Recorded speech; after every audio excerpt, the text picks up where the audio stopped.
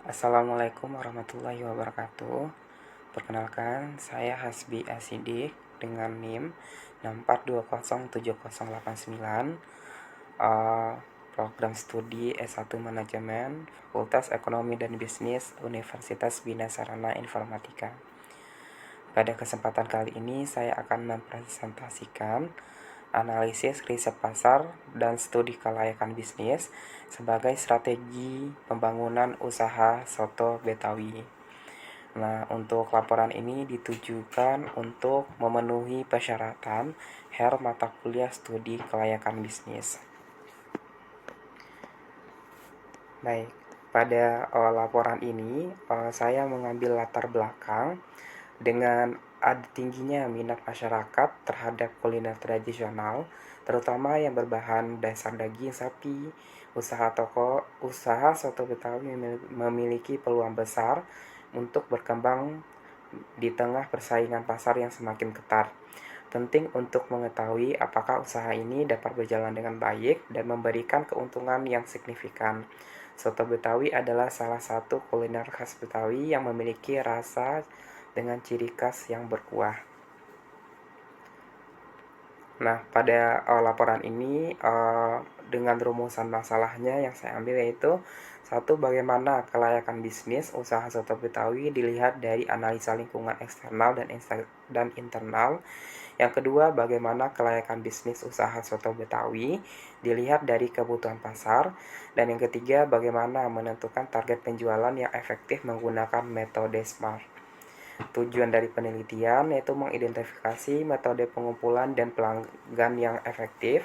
Yang kedua, menganalisis kebutuhan pelanggan untuk pengembangan produk atau jasa. Yang ketiga, mengevaluasi aspek internal bisnis dalam studi kelayakan. Yang keempat, menentukan strategi pemasaran dan pencarian pelanggan potensial. Yang kelima, menyusun target penjualan yang spesifik, terukur dan dapat dicapai, relevan dan memiliki batas waktu atau SMART. Yang keenam, untuk mengetahui bagaimana kelayakan bisnis usaha soto Betawi dilihat dari lingkungan eksternal dan internal. Dan yang ketujuh, untuk mengetahui bagaimana kelayakan bisnis usaha soto Betawi dilihat dari kebutuhan pasar. Adapun manfaat penelitiannya yaitu memberikan wawasan kepada pelaku bisnis dalam memahami pasar dan pelanggan, membantu dalam perencanaan bisnis yang lebih matang dan berbasis data. Yang ketiga, memberikan pedoman dalam melakukan analisis lingkungan internal bisnis. Yang keempat, memberikan strategi efektif dalam menentukan target penjualan. Dan yang kelima, menyediakan rekomendasi bisnis yang dapat diterapkan untuk meningkatkan daya saing. Landasan teorinya yang saya ambil yaitu pengertian dan analisis studi kelayakan. Studi kelayakan bisnis adalah penelitian tentang dapat tidaknya suatu proyek, biasanya berupa proyek investasi, dilaksanakan dengan berhasil dalam jurnal Amin Saidina 2001. Dalam hal ini, proyek mempunyai arti suatu pendirian usaha baru atau pengenalan produk baru. Studi kelayakan bisnis merupakan suatu kegiatan menganalisis secara mendalam mengenai suatu usaha atau bisnis yang sedang dijalankan untuk menentukan layak atau tidaknya usaha dijalankan. Nah, terus pada tujuan studi kelayakan bisnis menurut Kasmir, studi kelayakan bisnis ini dilakukan agar proyek yang dijalankan tidak sia-sia. Dengan kata lain, proyek yang dijalankan tidak membuang waktu, tenaga, dan pikiran secara percuma, serta menimbulkan masalah di masa yang akan datang. Nah, pada laporan studi kelayakan bisnis ini, kita akan membahas pembahasannya yaitu pengumpulan data pelanggan untuk menganalisis kebutuhan pasar atas produk yang jasa yang diakui. Dilakukan pengumpulan data pelanggan melalui berbagai metode seperti survei, wawancara, dan observasi langsung. Data yang dikumpulkan mencakup preferensi, kebutuhan, serta harapan pelanggan terhadap produk atau jasa yang ditawarkan. Selain itu, data sekunder dari laporan industri dan riset tren pasar dapat juga digunakan untuk memperkaya analisis. Profil usahanya itu satu, profil usaha toko soto Betawi, nama pemiliknya Kus dengan model bisnisnya UMKM. Nomor handphonenya dapat dilihat dan alamatnya juga dapat dilihat.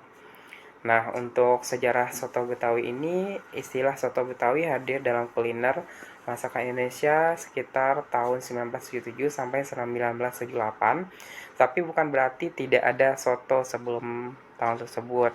Yang mempopulerkan dan yang pertama memakai kata soto Betawi adalah penjual soto bernama Li Boenpo di Kemanggisan. Tentunya dengan ciri khas yang cita rata sendiri, banyak penjual soto pada masa tahun-tahun tersebut biasa menyebut, untuk contohnya, BEP dalam rupiah. Jika ingin mengetahui BEP dalam nilai uang bukan unit, maka rumusnya adalah BEP sama dengan BEP per unit dikali harga jual per unit per BEP. Aspek lain yaitu aspek legalitas dan hukum, terus aspek teknologi, aspek lingkungan, aspek pemasaran, analisis SWOT. Nah, kita singgung dulu untuk analisis SWOT. SWOT adalah singkatan dari Strength, Weakness, Opportunities, dan Threats. Analisis SWOT digunakan untuk mengevaluasi faktor internal, kekuatan dan kelemahan, dan faktor eksternal, peluang dan ancaman yang mempengaruhi strategi pemasaran sebuah bisnis. Faktor internal yang menjadi keunggulan atau kelebihan yang dimiliki bisnis atau organisasi. Terus ada juga weakness atau kelemahan, terus ada opportunities, peluang, dan ancaman yang terakhir. Kalau analisa kebutuhan pelanggan dari hasil pengumpulan data, dilakukan analisis untuk memahami kebutuhan pelanggan lebih dalam. Evaluasi dilakukan dalam membandingkan kebutuhan pelanggan dengan spesifik produk yang ada di pasar. Nah, kalau penentuan identifikasi kebutuhan pasar itu menciptakan pesanan baru. Yang kedua, mengidentifikasi keinginan pasar melalui set trend. Nah, dari paparan tersebut dapat disimpulkan bahwa berdasarkan penelitian yang dilakukan, dapat disimpulkan bahwa riset pasar dan studi kelayakan bisnis memiliki peran penting dalam menentukan keberhasilan suatu usaha. Dengan memahami kebutuhan pelanggan dan menganalisis lingkungan internal, perusahaan dapat merancang strategi yang lebih efektif dan efisien. Beberapa kesimpulan utama dari penelitian ini adalah: satu, pengumpulan data pelanggan yang akurat menjadi dasar penting dalam memahami pasar dan merancang strategi bisnis yang efektif. Yang kedua, analisis kebutuhan pelanggan memungkinkan pengembangan produk atau jasa yang lebih sesuai dengan preferensi dan harapan pasar. Yang ketiga, evaluasi lingkungan internal bisnis membantu dan menentukan kesiapan operasional dan strategi pertumbuhan yang lebih realistis. Yang keempat, penentuan target penjualan menggunakan metode SMART membantu bisnis mencapai tujuan lebih terukur dan terarah. Dan yang kelima, berdasarkan hasil analisis, usaha soto Betawi dinilai layak untuk dijalankan dengan potensi pasar yang besar.